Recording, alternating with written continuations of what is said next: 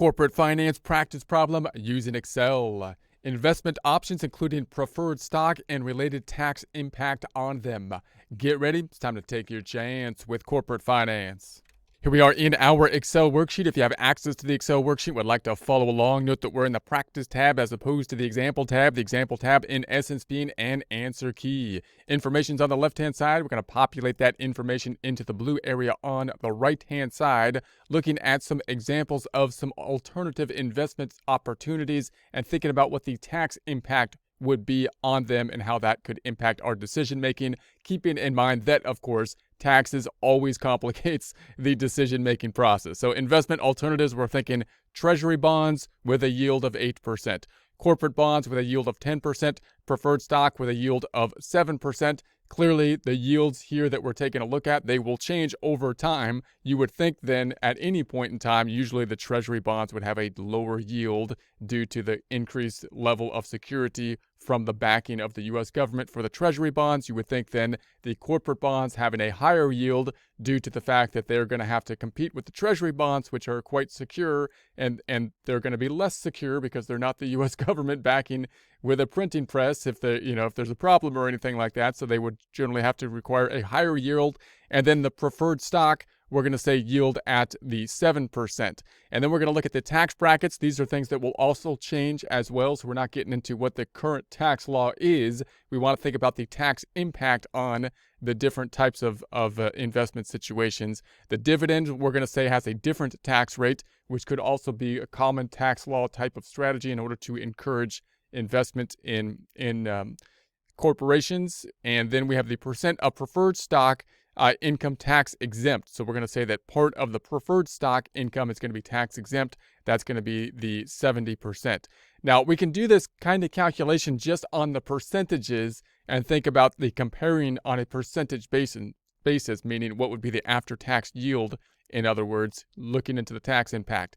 However, sometimes it's easier to actually make up an investment, like $1,000 would be a typical type of thing, and then calculate it on the 1,000. That can give you a better understanding of what's going on. It can sometimes be easier to get to the end result. So we'll do that both ways. We're just going to assume this investment of 1,000.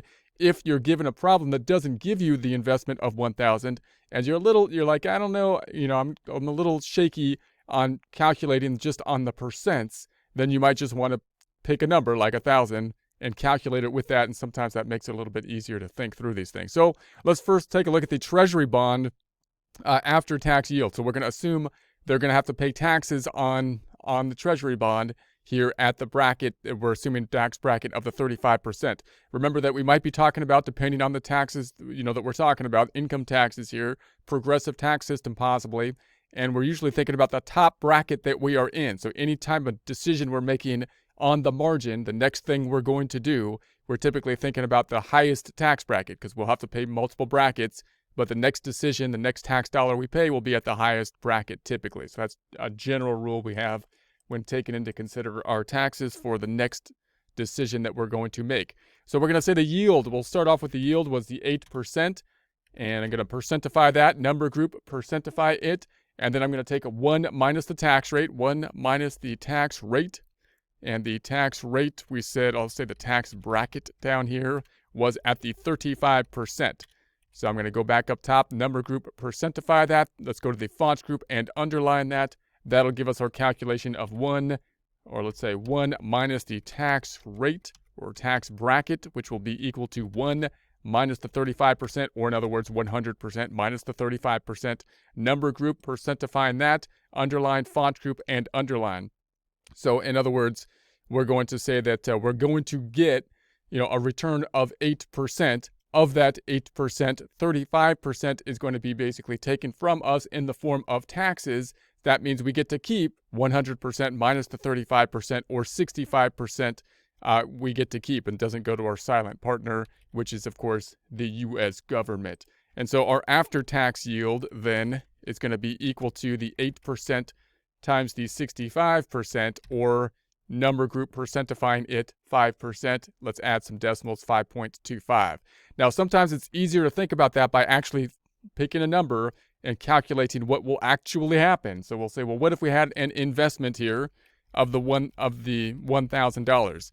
Sometimes, many times, book problems will not give you this investment to do this, but this might be one way that you get to the bottom line number that could be easier for many people. It's more concrete oftentimes to actually just think about an investment. So the yield, then we're going to say, all right, we're going to get 8% on that. We're going to get a return of 8% on our investment. Number group, percentify, font group, underline. That means that we're going to get like a return income that we're going to earn here of the 1,000 times the 8%. So that would be $80 that we're getting $80. Then we're going to apply the tax rate, which I'm going to apply at this tax bracket of the 35%. So 35%, going to go to the number group and percentify that. Let's underline it, font group, and underline it for the 35%. That'll then say that we have taxes that we're going to pay equal to $80 times the 35%, or 28 on the tax. So how much money are we getting after taxes then? Well, the return after taxes, after our silent partner, the government, takes their share. We had 80, then the government took the 28, we're left with 52. So we got 52, so now we can calculate the after-tax yield. So in other words, we invested $1,000 and we basically got $52 after taxes. So we're going to say, all right, let's take that 52 divided by the original 1,000, and that should give us our 5.2. Again, numbers group, percentifying it, we're back to that 5.2. So this way of looking at it is often far more concrete. It's useful to just know the percentages, because then you don't have to know the dollar amount of the investment. You could just say on a percentage basis, and I'm comparing different options, what will it be? But you can get to that percentage basis here, and this kind of calculation with assuming an investment can give you some more concrete understanding of what's going on. Let's do it for the corporate bonds. Same calculation. We're going to say, well, the yield is going to be, they're saying 10% on the bonds. Now remember, the bonds generally going to be a little bit higher than the treasury, because the bonds have to compete with the treasury bills, and to get people to invest in bonds when the corporations don't have a printing press in case something goes wrong. Let's put this in the outer column. They're going to have to give a higher return, right? So we're going to say number group, percent, 10% on the return for the bonds. Then we're going to say 1 minus the tax bracket. The tax bracket, I missed wrong cell again. Stop messing it up. Do it right. Do it right the first time. Edit it, for crying out loud. What? No. I'm going to go to the number group, percentify that. We're going to underline it, font group, and underline it, and subtract this out. This is going to be 1 minus the tax rate. This will equal 1 minus the 35%. Let's make that a percent. Number group, percentify that, so we're at the 65. So once again, we're going to get a 10% return, but 35% of that 10% is going to be taken by our silent partner, the U.S. government. That means we're only going to get 65% of the 10% return. Underlining that, that's going to give us our after-tax yield, we'll call it, after-tax yield. What are we yielding after the tax? Well, if we go out there and harvest out our yield, see what we got. We're left with the number, percentify, we're left with about 6.5%. Let's do that with our calculation, assuming an investment. Same kind of thing. We'll say investment here is going to be the $1,000. The $1,000, and then we're going to say the yield is the 10%. I'll just pick it up here, the 10%. That means without taxes involved, if the taxes weren't there, if we didn't have the taxes, we'd get a return, income, interest, 1,000 times 10%, or $100. But then tax rate. Tax rate, the government wants a piece. 35% is the piece they want. And they've got like an army, so we're like, okay, 35%, you got it. And we're going to take that. And so we got the return after taxes is going to then the tax. Let's calculate the tax first. That's going to be equal to 100 times the 35% is going to be the 35. So then we have the return after taxes. Return after taxes is going to be 100 minus the 35, or the 65. That gives us our after-tax yield. After-tax yield is going to be equal to the 65 compared to the original investment of the 1,000. So that's going to be the number group, percent. We'll add a couple decimals. So once again, this is what we're going to get after the taxes. We compare that to the original investment. We should get back to that 6.5%, which is the corporate yield. Now, we added a little bit of a twist down here in the preferred stock, because now we're going to say not only do we have a different tax rate, because oftentimes that's the case with dividends, but we're going to say 70% of the preferred stock dividend is tax exempt. Now, we're not trying to get into the current law here or whatnot. We're just, showing the example of the impact of taxes that could take place. So this could be the tax law will change from year to year, in other words, but that's going to be the threshold we'll put into place. Now, this one gets a little bit more confusing to calculate without an example. So I'm going to do it this way. We're going to actually start with 1, and then I'm going to say 1 minus the tax exempt portion. The tax exempt portion is 70%. So 70%, 1 minus the 70. Go into the number group and we'll percentify that. Go into the font group and underline that. That's going to give us a subtotal. I'll just call it. This is going to be equal to 1 minus the 70. We're going to go back up top and go to the number group, percentify that. That's going to be 30. And then we have the tax rate, which we're saying is the 20%, because this is the tax rate now on the dividends, because we're talking dividends this time instead of the other income, which would be corporate bonds and whatnot, interest income. Number group, we're going to make that a percent. So we got the 20%, underlining that, font group underline, and then we'll multiply this out and put this in the outer column. This is the 30 times the 20, making that a percent. Number group, percentifying it. And let's add a couple decimals. Do we need decimals? No. And so then we can underline that, font group and underline. We'll subtract that out. This is going to be 1 minus the 6. And I'm going to percentify this, number group, percentify. And I'm going to remove the decimals over here. I don't think we need those. We don't need those decimals. Then we'll pick up the yield. And that's going to be equal to, we said for the preferred stock, the 7%, and we're going to go number group and percentify and underline that, and that's going to give us the after-tax yield, which is going to be the 97 times the 7%, and let's go ahead and number group and percentify that, add a couple decimals there as well, that's where we need the decimals.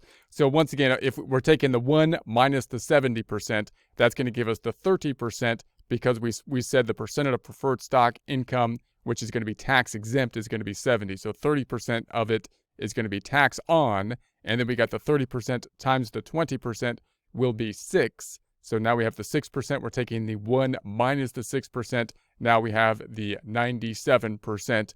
97% then of the yield, 7% yield we're going to get, the return we're going to get. We're going to be able to, in essence, keep 97%. That'll give us the 6.58. This is one that's often going to be useful for us to add an investment now that we got these complications with regards to multiple factors. So if we assume then an investment here and try to work this out, we're going to say, all right, we're going to invest that.